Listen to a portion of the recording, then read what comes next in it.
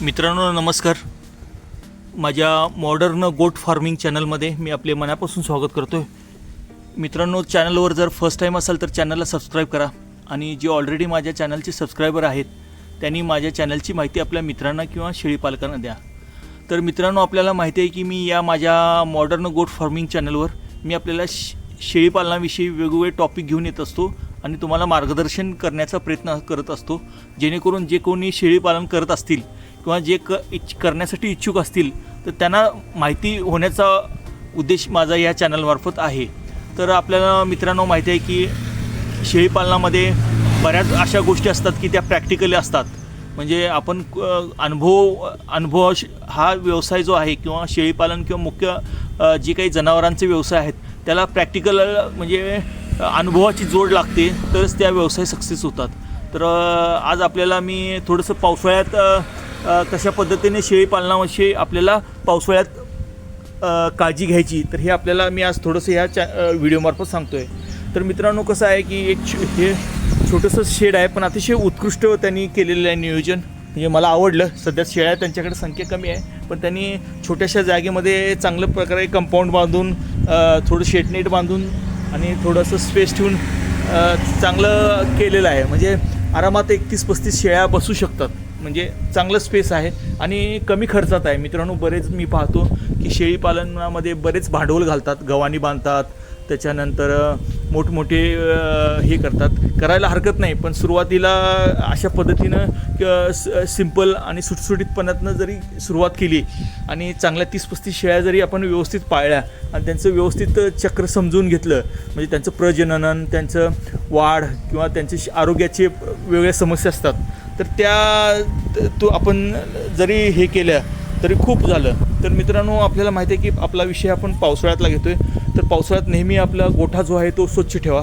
बघा गोठा किती स्वच्छ ठेवलेला आहे, त्यांनी व्यवस्थित लोटलेला आहे, लोटून घेतलेला आहे. आणि अजिबात म्हणजे आता हा पावसाळा असला तरी जुलै महिन्यात तरी म्हणजे असं काही हे नाही आहे, म्हणजे दुर्गंधी येईल किंवा अस्वच्छता असा कुठलाही प्रकार नाही आहे. म्हणजे त्यांचं बैल आहे, गाय आहे, जनावरं बाकीची पण आहेत, पण आपण सर्व व्यवसाय आहेत इथं. म्हणजे त्यांच्या शेतीसाठी बैल आहेत, एचएफ गाय म्हणतो आपण, त्यांचं गाईचा व्यवसाय आहे, जे काही आहेत तो त्यांनी तिकडे केलेला आहे आणि त्याला अनुसरून त्यांनी शेळीपालन पण केलेलं आहे. म्हणजे शेळीपालन त्यांचे सध्या आता विक्री झालेले आहे. नेक्स्ट टाईमला परत आता ते लॉट भरणार आहेत आणि त्यांचं नियोजन थोडंसं मनुष्याभावी किंवा थोडंसं पुढं त्यांनी आणि त्यांचं वाढवण्याचा विचार आहे.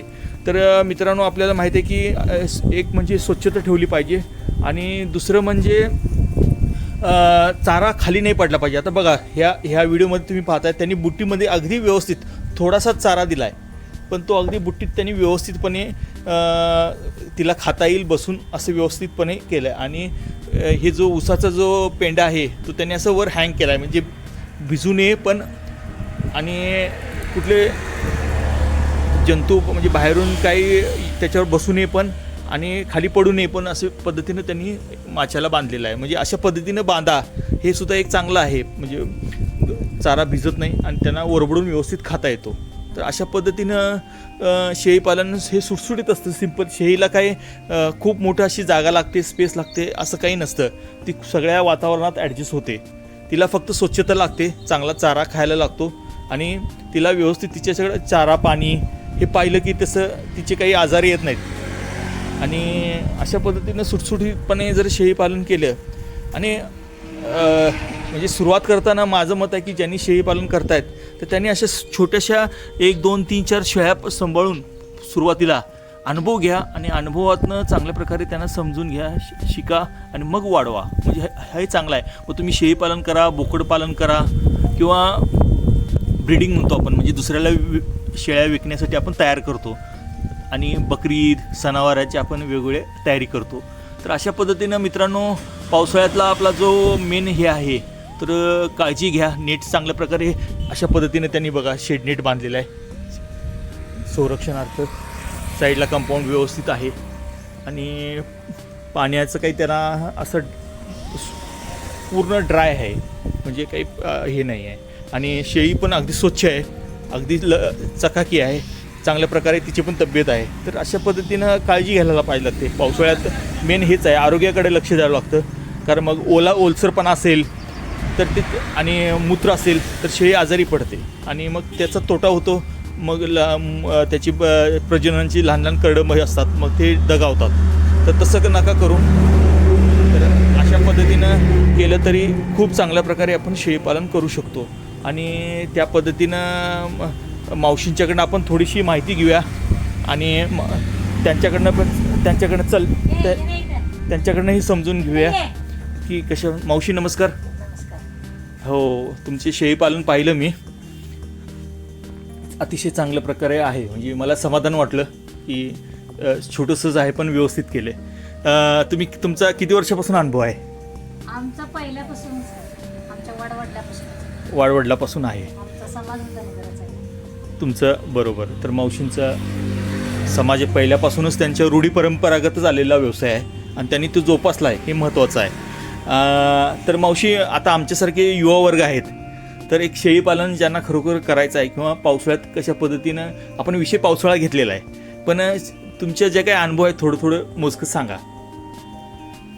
मोजकं म्हणजे काय, शेरड मोठी करायची, बरोबर बोकड असते, बरोबर आणि पुन्हा कोकर देते ती, बरोबर. डाळ घालायचा, संध्याकाळी परत डाळ घालायचा, बरोबर कोकर डालायची येळाची, बरोबर पुन्हा संध्याकाळी सोडायची, एक्झॅक्टली 10 वाजता 9 वाजता आणि डालायची, बरोबर. पुन्हा सकाळी सोडायची. हां, तर त्यासनी वेळेवर खायला घालायचं, पाणी द्यायचं. बरोबर, मूलभूत गरजा आहेत, हां. त्यांच्या व्यवस्थित लक्ष दिले की काही अडचण येत नाही. हां, आणि म्हणजे खूप अनुभवाचे बोल आहेत. म्हणजे बऱ्याच वेळा आपण खूप खूप सुटसुटीत गोष्टी असतात आणि त्या केल्या तर व्यवस्थित शेळीपालन होतं. म्हणजे बऱ्याच वेळा मी पाहतो मरतूक होतात, पण मावशींचं म्हणणं आहे की त्यांना असंच पद्धतीनं व्यवस्थित डालगं झाकून किंवा त्यांची व्यवस्थित काळजी घेतली तर काही अडचण येत नाही. त्यांना वेळच्या वेळी खायला देणं. मावशी, थोडं आजारपणाबद्दल सांगाल? औषधं काय, आजारी शेळ्या का पडतात आणि काय काळजी घेतली पाहिजे? आजारी म्हणजे पावसात भिजली, हां, खायला व्यवस्थित नाही घातलं बरोबर, तरच आजारी पडतात, नाही तर नाही पडत आजारी. नाही आजारी पडत. आणि जरी आजारी पडलं, तरी जरी आपण खरकाट मरकाट जास्त शिळं खाल्लं, शिळं असं काहीतरी घातलं तर मग ती पोटफुगी येतात. बरोबर. मावशीने अतिशय त्याबद्दल आम्ही गोड तेल पाजतो, त्याच्याबद्दल दुसरं काही नाही. बरं. तर मावशींचं घरगुती उपाय करतात मावशी, की काही वेळा पोटफुगी होते, काही वेळा आपण शिळं अन्न घालायला जातो किंवा ते बाहेरचं काहीतरी खाऊन येतात.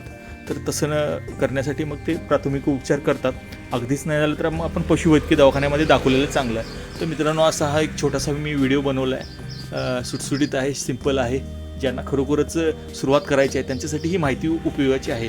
मित्रांनो, व्हिडिओला आवडला असेल तर व्हिडिओला लाईक करा, शेअर करा, सबस्क्राईब करा.